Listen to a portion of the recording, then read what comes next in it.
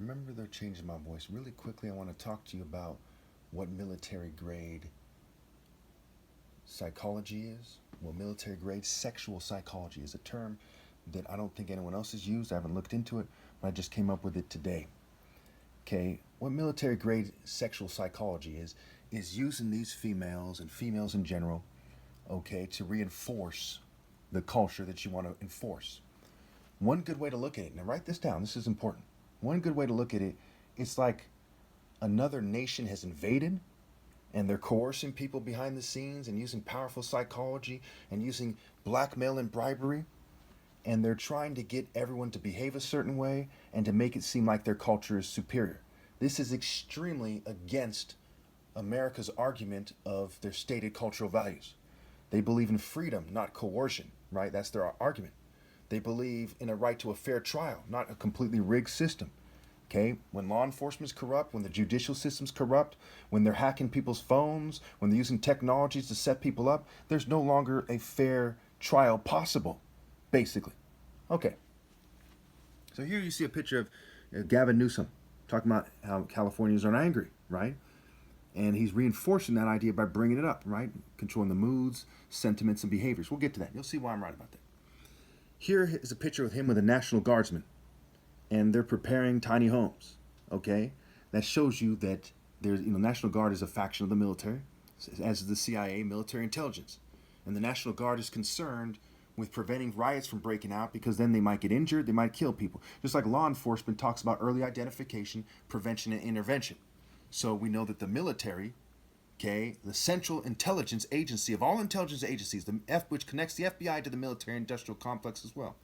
Okay, the corporations they're partnered with that supplied them the parts to build the tiny homes, the politicians, etc., they're all working together to control the propaganda process and the accompanying activities, like building tiny homes, like convincing females to act like typical promiscuous American females, we'll say. Like Lenny Kravitz, this black guy who sings the song American Woman. Okay, and she's very promiscuous, rock and roll female.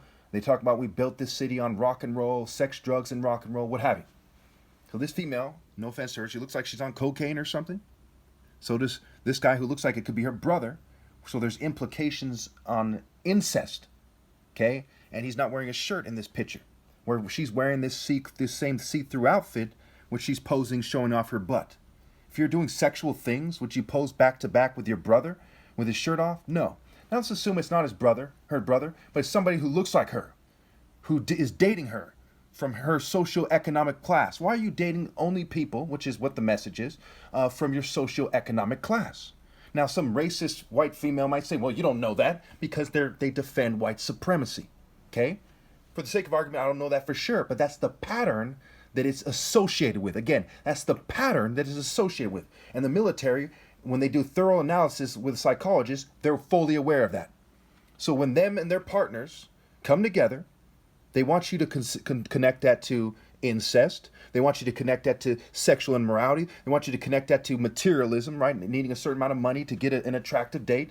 They want you to connect it to strippers and prostitution. They know that these are the subconscious connections that you're going to make. Okay. You see how this female is actually not the same female. It looks very similar to her. So we see the patterns. Patterns create associations. And we see on TikTok and otherwise, we see perhaps millions of these females, okay, from all over the world, reinforcing that kind of global agenda. So the military is acting like a foreign military that's collaborating with the various corporations, which are acting like foreign corporations. They're globalists and nationalists combined. And they are, infiltrating the country, okay, in a sense, right? They're really just dominating the country way more than any free nation would allow, if it had any sense. And people are so dumbed down, they won't get together to pinpoint this. All those people who graduate from Harvard and Yale and Stanford and MIT and UCLA and on, they will not get together and say that that's what's going on, which shows you that the right, the middle, and the left, and nationalists and globalists alike are in on it, okay? And the nationalists will only admit it to the point where it affects white people.